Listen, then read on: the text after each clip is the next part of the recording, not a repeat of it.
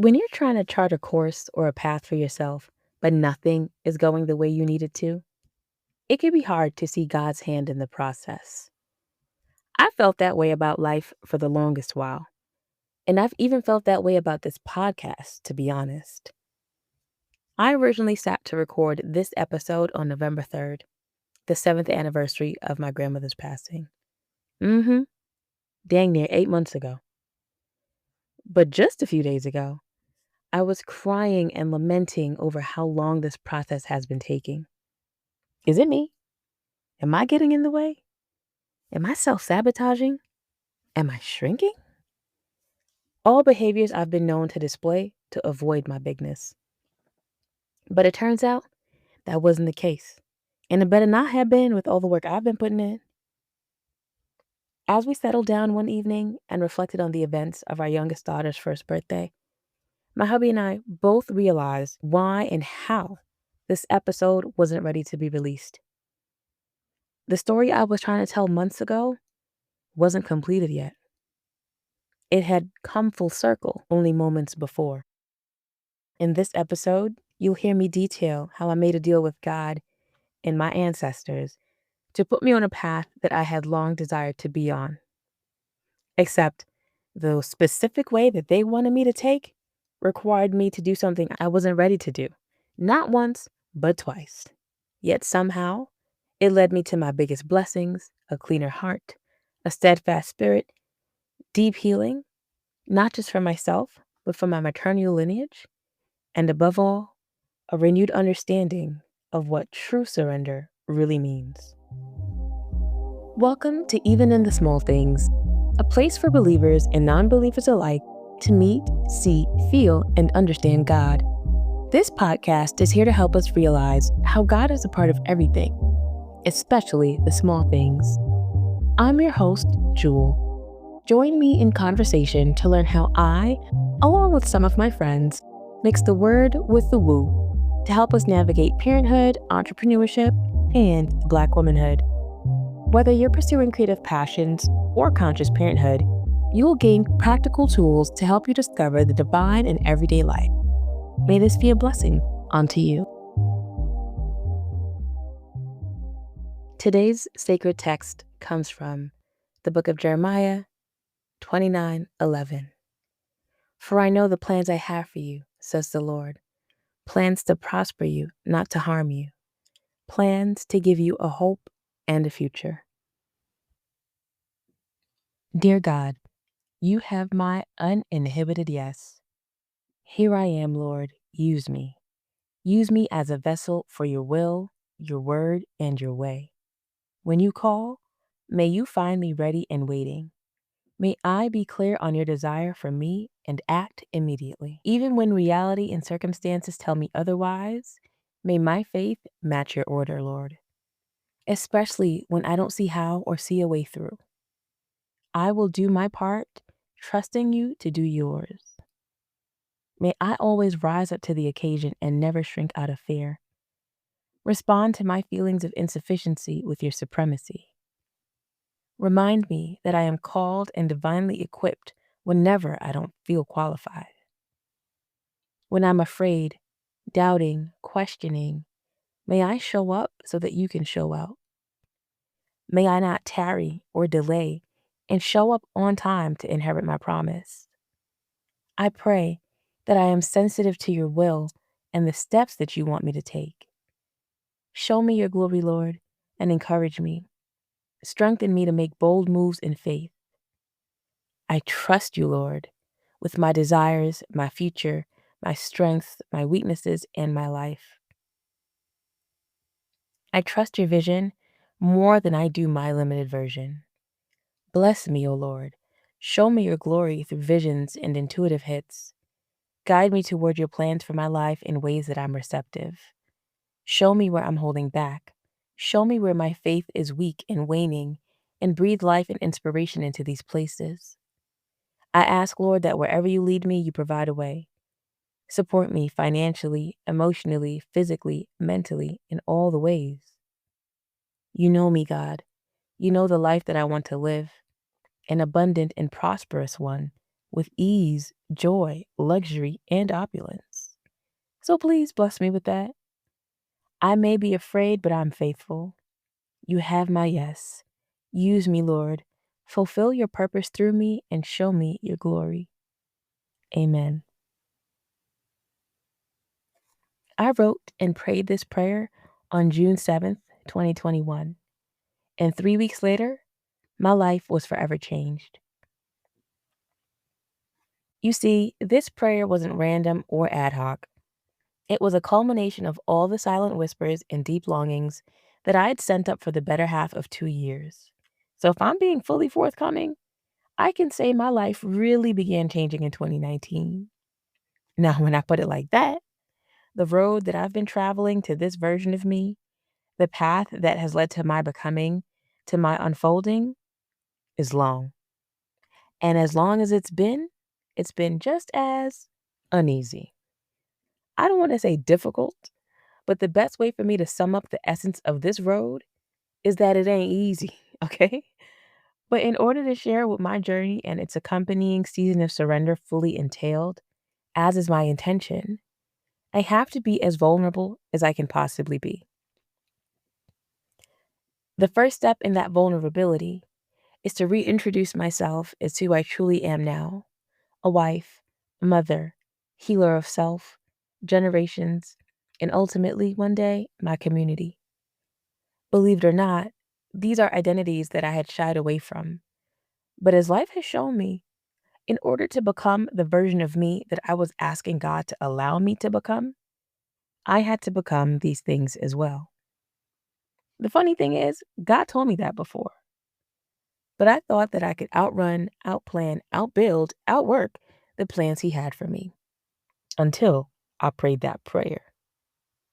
This is a 5 year story of surrender. Slow, deep, sweet, long surrender and submission to God that I'm going to try and tell in less than an hour. So, buckle up, Buttercup. Okay, picture this. It's fall 2019, and I'm living in the Bay Area, Oakland, the town to be exact. And life is it, baby. My partner and I are living it up. My career is popping. I'm making the big coin, nearing a promotion to the director level, which is a pretty big deal. Even though things were stellar in my personal and professional life, dang near just where I wanted it and how I planned it, I was always contemplating how to achieve my ultimate desired reality: entrepreneurship. For as long as I can remember, I've always had this vision of being a successful entrepreneur with multiple businesses, bringing in seven-figure income, a beautiful home in LA, probably somewhere in the hills or the fancy parts Black people stay at, like Ladera Heights or View Park, being happily married, waking up when I want, moving how I want, just being in full control of my time and my energy. The key here is I wanted to achieve all of this before I had children. You see, delaying motherhood was my way of maintaining control of my life and ensuring the story that I wrote for myself was different from the one that I saw growing up. In my adolescent years, I saw my mother endure a marriage that caused great harm to her and to me. Harm that, for me, was the source of a lot of my relational, familial, and financial insecurities. This trauma was also reinforced by dynamics I saw within my broader family. In a family of predominantly men, I never saw my grandmother or her three daughters in healthy, loving, fulfilling relationships. And the stories I heard of the women before them echoed the same thing. Out of my six uncles, four have been married to the same woman for 30 plus years. So the stark contrast often led me to believe that there was some generational curse on my matrilineal heritage, and I vowed like hell never to fall victim to it. So, to me, securing that bag 7 times over, alongside a praying and providing man, was my way of healing a lot of my childhood trauma. Once I did that, then I'd be able to have children at the time of my choosing, so I could dedicate a whole chapter of my life just to raising them. I'd snap my fingers, and my self appointed charge to break the curse would be over just like that. The part that I got wrong was that healing trauma, especially generational trauma, is never just like that. All right, back to 2019. Again, not only was my career popping, but I also had really began committing to my own self-care practices. I was leaning into therapy. I was taking weekly baths. I was taking care of the girl. But unfortunately, resting wasn't one of those practices. I was constantly overworking, overwhelmed, and just doing way too damn much. You know, the classic Black woman in corporate story. But going back to these weekly baths, because it was in one of these baths where things started to get particularly interesting. One fine Thursday evening, I ran myself a nice, luxurious candlelit bubble bath, wine and weed free. Odd thing number one, because I like a little pull up and a little roll up. I digress. Once I settled in and relaxed, I had a vision and I saw them. Them being my maternal ancestors. In my vision, I saw my grandmother, my great grandmother, and who I then believed to be my grandaunt. The three ascended, and might I add, very highly regarded matriarchs of my family. I saw them clear as day. All four of us were standing in an ocean, with me closest to shore, my grandmother in the middle, and the other two deeper inward. My grandmother approached me, led me to the two other women, and they simultaneously shared a message.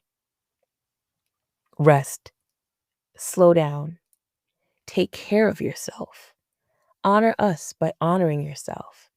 We never got to rest in our lives, so we need you to. The vision continued. After delivering the message, my maternal ancestors began undressing me and washing me with the water of the ocean. They cleansed me and dressed me in white clothing, just as they were wearing. Once I was redressed, they introduced me to an older gentleman who stood amongst a legion of people and introduced me as the one. Call me Neo because, what in the Matrix? Odd thing number two. Child, I called my therapist right away and was like, I need to come see you and make sure I still have my head on straight. Even though I was curious as to what the heck just happened, I wasn't scared. I've always been a dreamer and have dreamt and spoken to and interacted with family members who've passed on in said dreams. So that part wasn't strange. What was strange was that I was awake. I went to therapy the next day and detailed the experience to my therapist. She told me, almost like a prescription, to go to Oakland's only Black owned Crystal Botanica. Okay, no big deal. I could do that. Crystals, Black owned, with it. I went to the store, perused a bit, and the then manager, who's now a friend of mine, Geneva, saw me and immediately offered to help me. I can't remember the first half of our initial conversation, but I briefly described to her that the store came highly recommended and I was curious about crystals. Right away, she handed me black tourmaline, a crystal associated with overcoming old traumas and promoting emotional balance. Naturally, as a right handed person, I grabbed it with my right hand and felt absolutely nothing. She told me to switch hands, and immediately I felt a strong reaction. She noticed and mentioned to me that the left side of my body is my maternal side and that she senses a very strong maternal presence around me. Y'all, I started bawling. Damn near fell out, okay? Because look at the experience that I'm fresh off of. It was all too serendipitous to just be coincidental. The conversation continued, and I detailed the visit that happened the day before to her. Immediately, we're bonded. After all, I'm sitting here telling you I'm in a bath. I got people talking to me. You're my friend at this point, okay? That's just how it's going to work. I mentioned to her that I've been looking for a Reiki practitioner. She then tells me she's in training to become a Reiki practitioner. More serendipity. For those unfamiliar with Reiki, it's a form of energy healing that restores order and balance to your body's energy field through hands-on body work of sorts. For the saints, think of this as laying hands. I told y'all, we're mixing the word with the woo out here. Okay, 2020 came around and we had our Reiki session that January. It was magnificent. After the session was completed, she told me what she found in my energy system in terms of what was balanced and imbalanced. Then, shared some messages she received. Most of my chakras, aka my energy centers, were balanced, with some, including my root at the base of my spine and my sacral, my womb space, being a sort of trouble spot. Almost to the point where she was having a hard time sorting through why that could be. Something was blocking my fertility. Before I went off the deep end into panic mode, I was like, oh girl, I have an IUD. She looked up at me, face as straight as an arrow, and told me to take it out. Come again? Now I know I shouldn't be taking this as formal medical advice because that's not happening. She continued, remove the IUD and release any and all conditions that you have around having children. Yeah, okay, girl. Sure thing. Anything else? Go ahead and tell me the rest of this message. She told me about the strong presence of my maternal ancestors yet again, and that I am being called to finish my mother's mother's mother's mother's work. That is, my great great grandmother. At this point, I knew nothing about her or what she did on this earth, but of course, as my ancestors would have it, I would soon get to know her.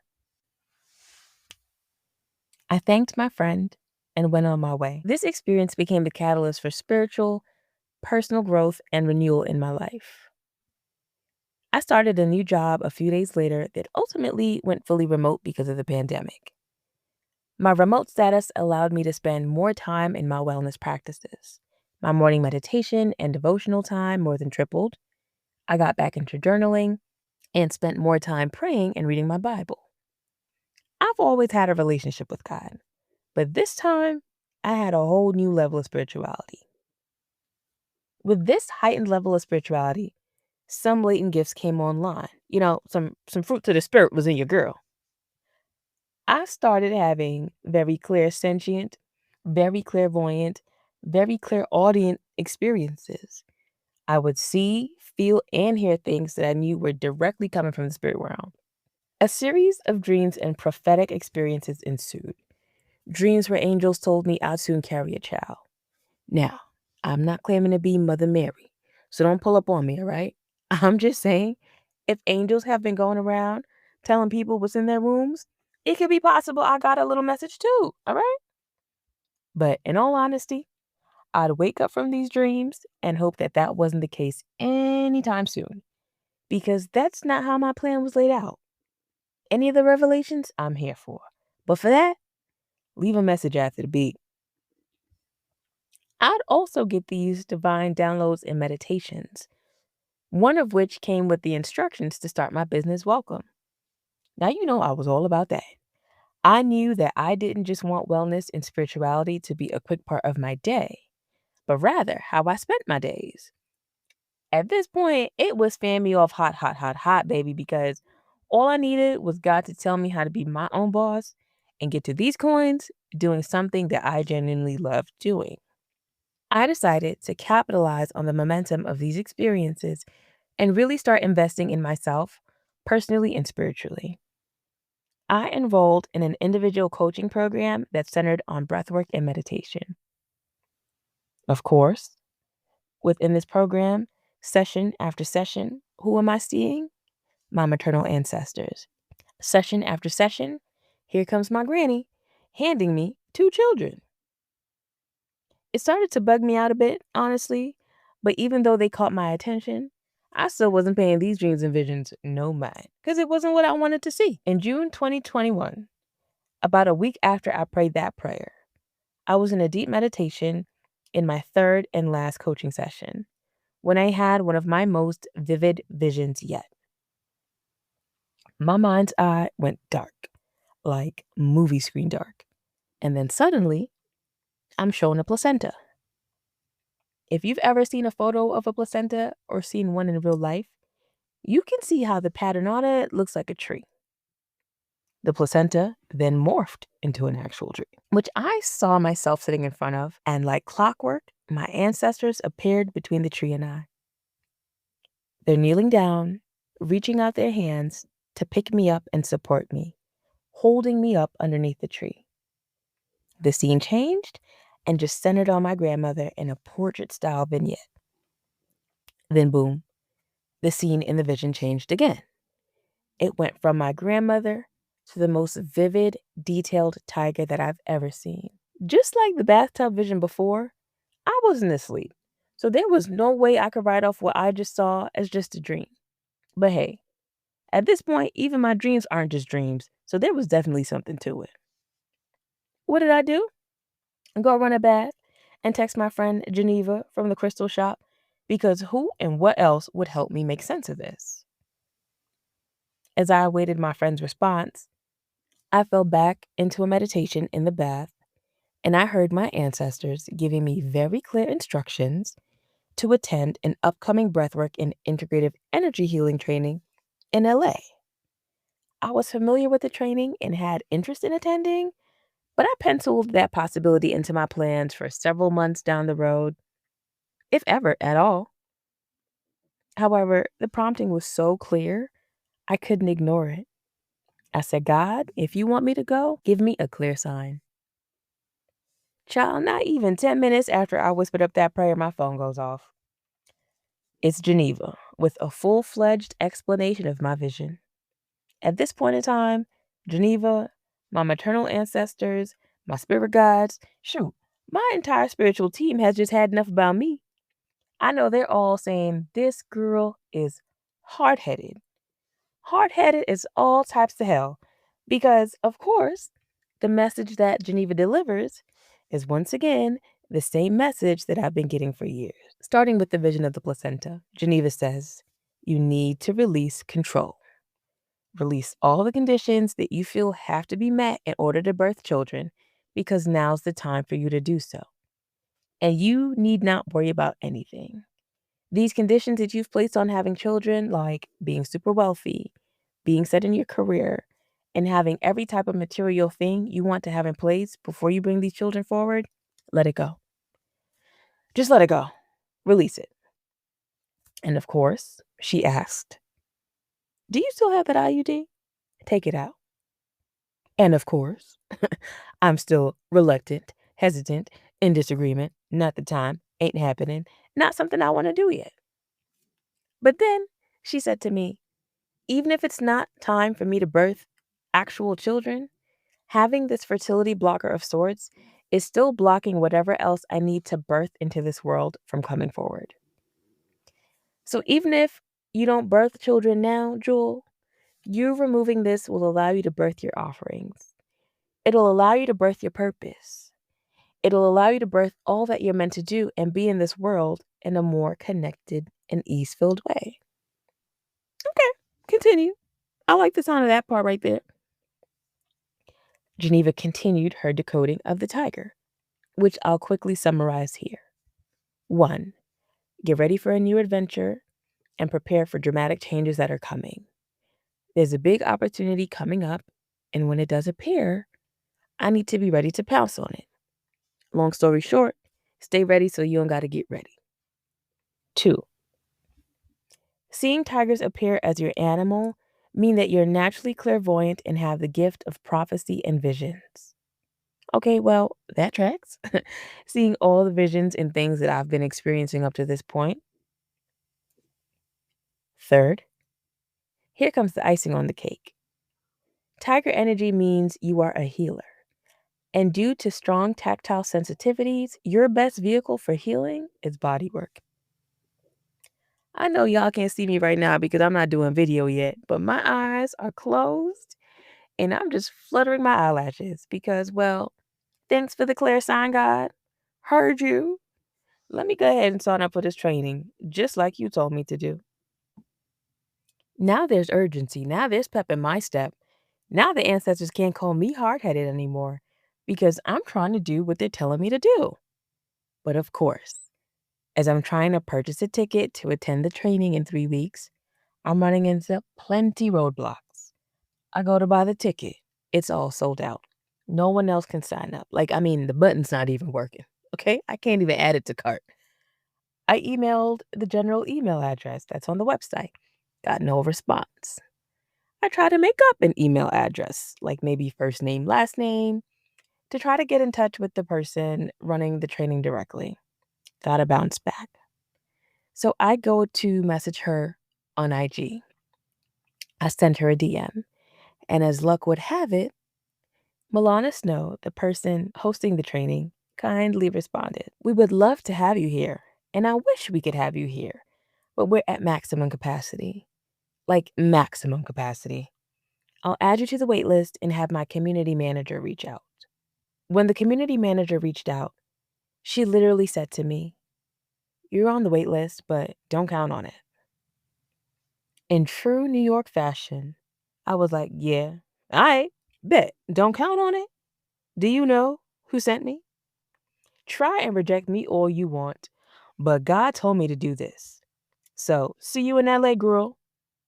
But low key, since I was having such a hard time getting through, I did question if I heard wrong and whether or not this is what God really wanted me to do. But in this moment, I chose to lean into faith over fear and remain unfazed. God, guides, ancestors, you told me to go, right? So I need you to make this happen for me. So while I'm trying to make something shake, waiting for something to break, I started doing everything that was in my power. I started moving in faith and started getting my ducks in a row to make room for this soon coming yes. I booked the time off work, booked a flight to LA, secured a place to stay with my girlfriend. Hey, Shauna. Scheduled a nail appointment, scheduled a haircut, got a COVID test. Because in my mind, some way, somehow, they were going to accept me into the training. Sold out? Where? Waitlist? Which part? Don't count on it, okay? I know you're not talking to me because Jewel is coming to your training, especially because it's in LA. Hello. So even if they ended up telling me that they had room the day of, your girl was going to be ready, okay? I was going to be in position to jump on this opportunity because, hello, Tiger, I'm not going to fumble this. The energy healing training quickly went from being 3 weeks away to being 4 days away, and I still hadn't heard back. I released it, and I said, God, I trust you. You told me to go. I know that you're going to find a way. With the training scheduled to start on Thursday and my flight booked for Wednesday morning, my acceptance email came Tuesday morning. I broke out in twerk mode, praise and worship. If you were in my apartment, you would have heard shouts of hallelujah, okay? And I know that's right, God. Come through. Per the email, I sent over my deposit ASAP Rocky, okay? And made sure that coveted spot was mine. I arrived at the training and was met with a super warm welcome from the team and other attendees, all of them amazed upon hearing about my journey there. The community manager shared that there were 5 people ahead of me on the wait list, none of whom, once they got the email that they were in, were ready to take advantage of the open spot. Okay, God, I see you. The 4-day training was absolutely remarkable. Each day was structured into 2 parts. The first half was spent undergoing the energy healing, which included holotropic breathwork, a 3-part breath that, if done correctly, can induce altered states of consciousness that help you reach parts of your psyche that you wouldn't be able to otherwise. Think of the breathwork as creating the same effect as ayahuasca or mushrooms, but with your breath. It was essentially a dreamlike, drug-free trip. The latter half of each day was spent learning how to facilitate energy healing and breathwork for others. The plot thickens and the score begins to build right here. Prior to the training, we were asked to set an intention that we'd like to heal, release, or create through our time together.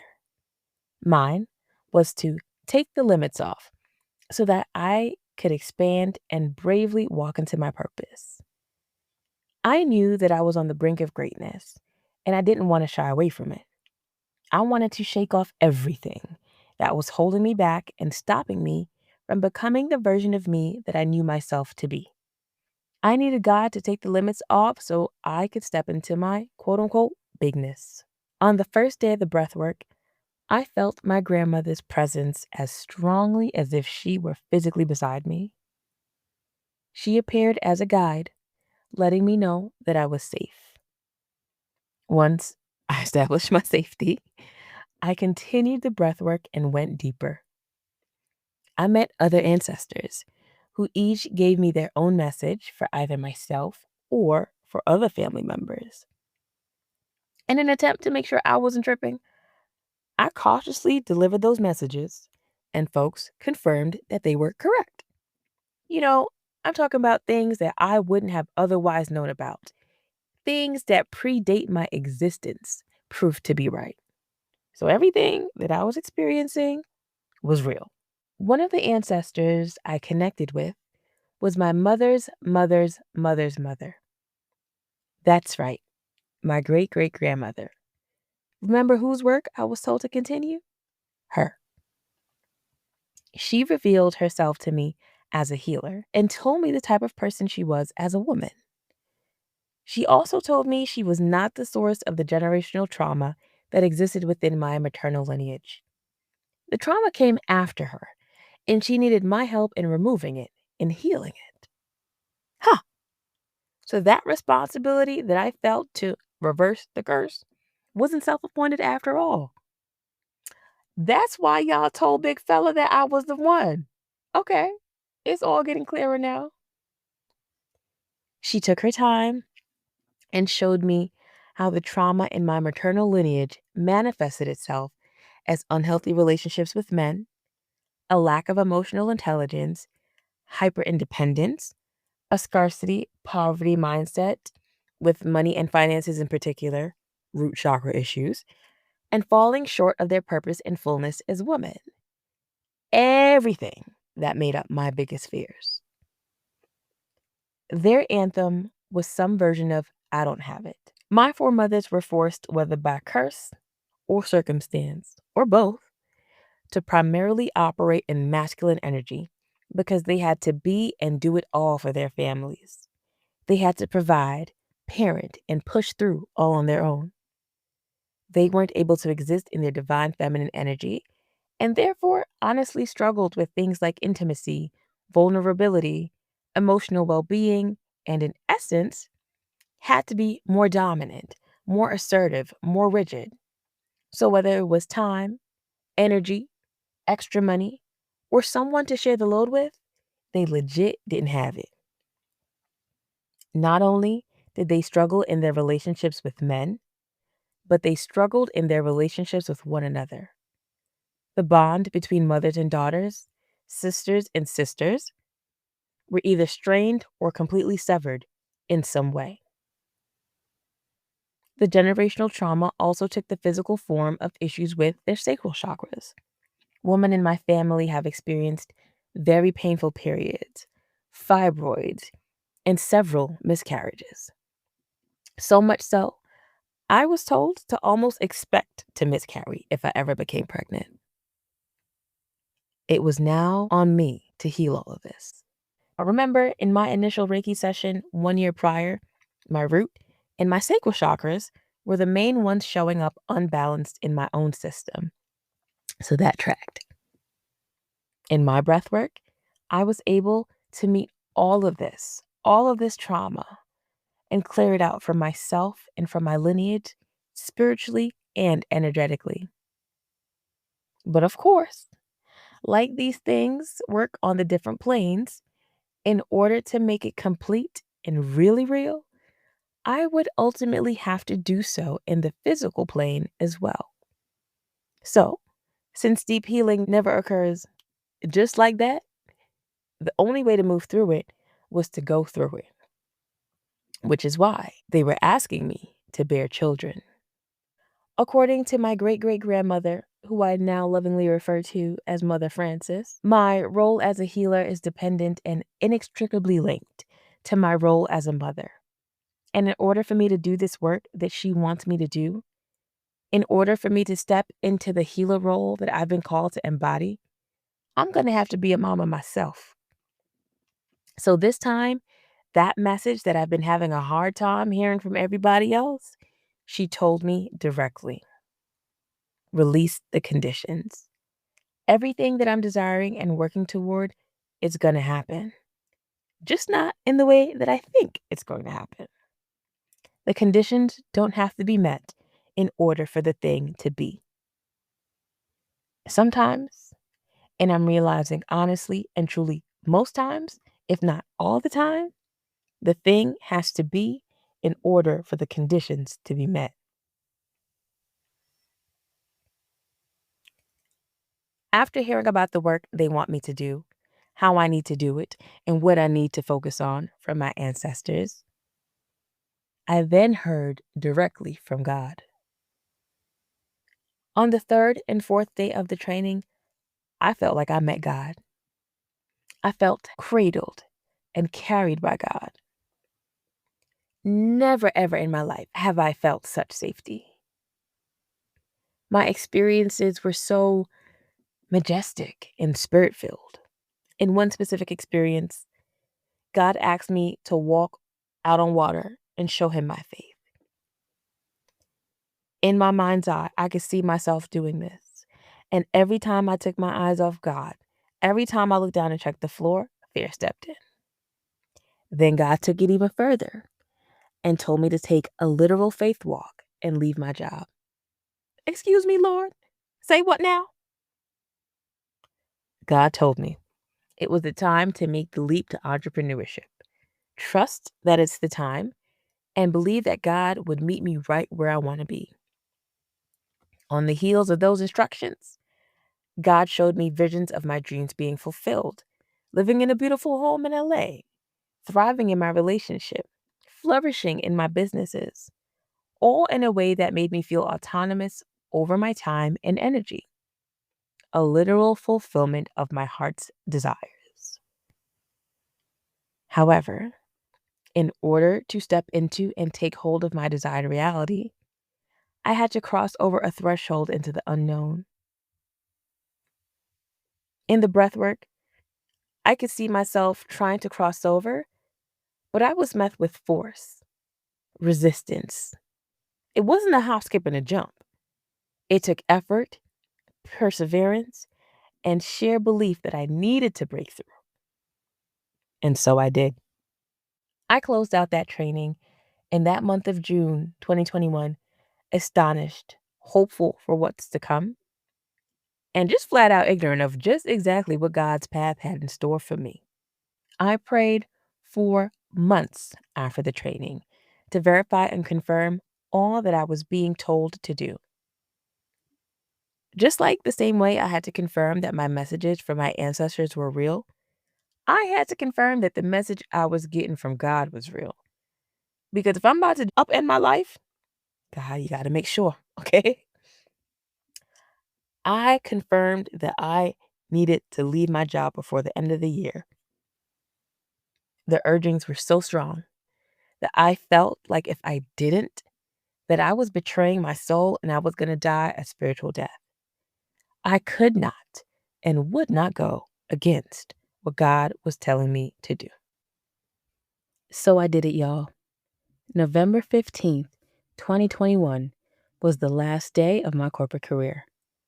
The month prior, focused on the message of clearing my sacral to birth my purpose, I took out my IUD and switched birth control methods. Purpose, you can come through. Children, you gotta wait. Between then and the end of the year, some opportunities within wellness came my way, but for some reason never really panned out. There was no activity in my business, and I was just trying to understand what the F I did because the leap of faith I took wasn't feeling good quite yet. At the top of 2022, I took a solo trip, which was my annual custom, especially before major life transitions. I reflected on what was to come, what I was looking forward to personally and professionally, and just how much that did not include having children. When I returned from this trip, my husband and I were on a hike, and I took the not ready to have children thing a step further. I confidently asked him how he felt about the possibility of us not ever having children, and he was okay with it. We were okay with it, and said if life didn't take us that way, we'd be totally fine. On this hike, at the exact same moment we stopped to have this conversation, a dog that was following behind me the entire time walked right between my legs. And if you know anything at all about Caribbean superstitions, you know where I'm going with this story. Todd sees this, laughs, and says if we were in Barbados, which is where his family's from, they'd say that you were pregnant. Well, God's got jokes, and the joke is on me, baby, because I ended up taking 3 pregnancy tests the next day. Pregnant, pregnant, pregnant. No Dylon, Todd apparently spits hot fire. Would you believe me if I said I was shocked?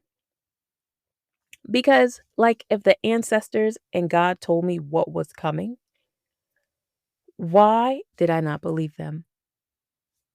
It's likely because I thought I was still in control. I clearly didn't understand what was being asked of me. I thought I followed enough directions, especially with leaving my job and losing the IUD. I thought when God told me to go, that He was about to take me all the way into the promised land and give me what I wanted, when I wanted it, and how I wanted it. It's my blessing and I need it now. I just knew that God and my gods were going to take care of me and forget all about making me release my conditions. Just make it rain blessings on your girl. But spirit apparently doesn't work like that. Here I am, pregnant, conditions not met, no more fancy job, barely have any business, let alone several. This is not how it's supposed to happen at all. The panic set in. Here I now stood, face to face, with my lifelong fears of being thrust into motherhood outside of my terms. I was devastated, sad, and it took me months to come to terms with what was happening. I was so caught up in the sheer magnitude of this moment that I couldn't focus on building a business.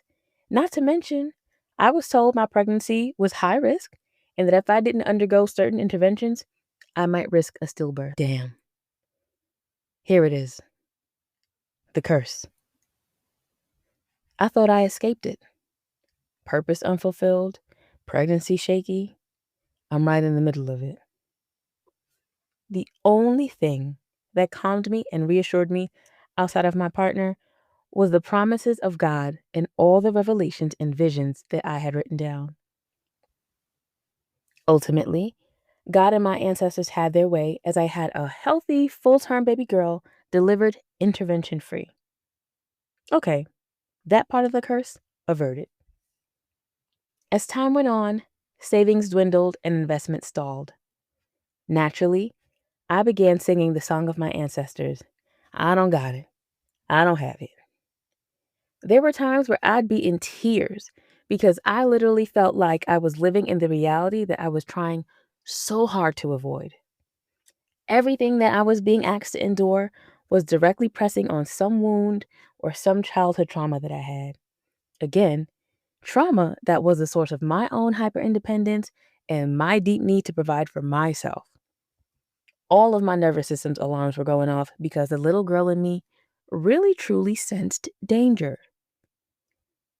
I tried to run away and escape the danger on my path several times.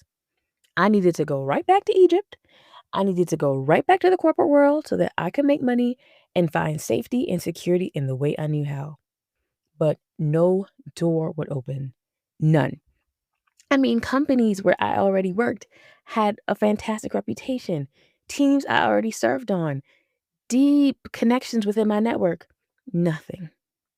God denied access to each and every doorway that would lead me back to a past version of me. To make things more interesting, I got pregnant again. right before my daughter's first birthday. Deeper into the unknown and deeper into the void I went. Deeper into the surrender I went because nothing I tried to do was bringing me to the way I needed things to be. I prayed to God, God, please change my circumstances. Instead, He highlighted them and allowed me to see them another way. God told me to open my eyes and see beyond my trauma lenses, see beyond the fear, see beyond the panic. And once I did, which it wasn't easy to do, mind you, but once I did, I realized I was living in the exact opposite of what I saw growing up because my partner was now the sole one responsible for providing for our family. With the exception of my great great grandmother Frances, I don't think anyone in my maternal lineage ever had such an experience. That experience being a man they could depend on as a husband, a provider, a true partner, someone who believed in their dreams, their goals, someone to parent alongside them equally and be just as actively involved in managing their household. Was it easy to solely depend on him? Absolutely not. And not because of any shortcomings of his own, but because of my stuff. So, this is where God was pruning me and healing me, teaching me how to depend on God and how to depend on the man that He blessed me with. God was taking His time, His slow time, but God was taking His time and healing my fears during the season. He was healing all my traumas. He was curing my hyper independence, my scarcity mindset, my long held doubts about marriage and finances and all the nonsense that comes with that. And of course, in healing my wounds, He was healing the wounds in my lineage. So the work that my great great great great grandmother was asking me to do in healing our lineage by tending to the root and sacral chakras, our scarcity mindsets, healing our long challenged relationships with men, and resting in our feminine energy. This work was essentially coming to pass by me just being willing to walk this road. As God continued to work on me and help me shift my perspective, I realized that I was, in fact, living in an answered prayer. I am fully present for my children, and I am dedicating a season of life to them. I do have full say over how I spend my time and energy. I wanted to feel safe and secure with the man I chose to build a life with. I have that. I wanted to be a wellness entrepreneur and fully embody my role as a healer and live out my purpose. I'm doing that.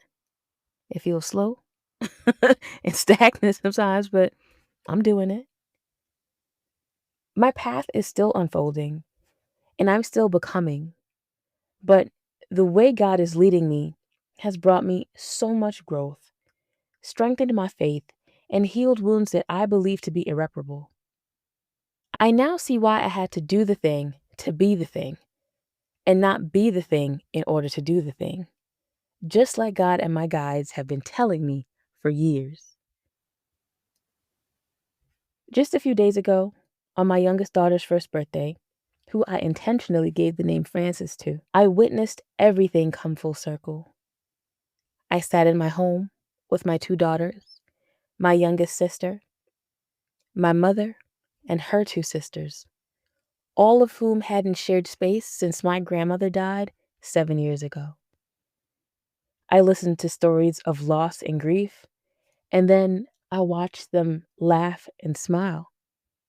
And it hit me. Curse, overcome.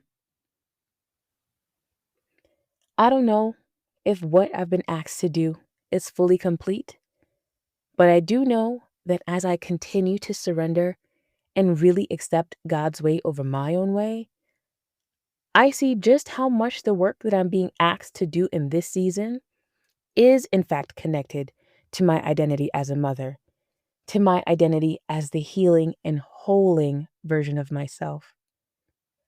I see why my maternal ancestors needed me to come into motherhood the way that I did at the time that I did. I don't think this degree of healing and wrong righting could have come in any other way. Like I said before, the road has been long and it ain't been easy, but I have gained a lot along the way. If I can leave you with anything, let it be these 4 lessons that I've learned from my season of surrender. 1. God takes the scenic route. His path is perfect and complete, lacking nothing. God's way will include everything that you need to learn, heal, shift, develop, and perfect. He sees and knows all, so he knows the way to take you that'll make you into the version of yourself that he designed you to be. As it says in James chapter 1, verse 4, the testing of your faith produces perseverance. Let perseverance finish its work so that you may be mature and complete, not lacking anything. Number 2, delay isn't denial. Things take time. Don't let how slow things seem to be moving disparage you or detract from your faith. Be unmoved by appearances, and appearances will move. Thirdly, and this one was perhaps the hardest for me, but there are no perfect conditions. Don't wait on perfect conditions or how you think things should be in order to be the person and do the thing you know that God is calling you to be and to do. Move, act in faith, and everything will fall into place. For the 4th and final lesson, your faith is your floorboard. The stronger your faith, the stronger your foundation. The weaker your faith, the weaker your foundation. You can either stand on solid ground or you can stand on a little rickety shaky situation. Okay? Just know the more you trust, the more the path is made clear. So focus on God, not your fears. You'll see the way through. It is my hope that in sharing my long story, that you can reflect on your own path and see just how much God and your guides have been guiding you. You too are divinely guided, supported, and protected. Know that your path is paved in gold. I'm curious to what your journey has been like and any lessons you may be learning. If you're listening on Spotify, leave me a note in the comments or you can DM me. My very few socials are listed in the show notes. Journey well, my friends. Be sure to tune into our next mini-sode for a special practice I'll be sharing called Knowing That You Are Guided. All right, that's a wrap for this episode of Even in the Small Things. Thanks for kicking it with me. I hope you're feeling a little more connected and a lot more encouraged. Life's messy, but God's right there in the middle of it, helping us figure it all out. If you liked today's episode, go ahead and subscribe, comment, rate, and of course, share the episode. Until next time, keep it real, keep it light, and remember, God's in the details.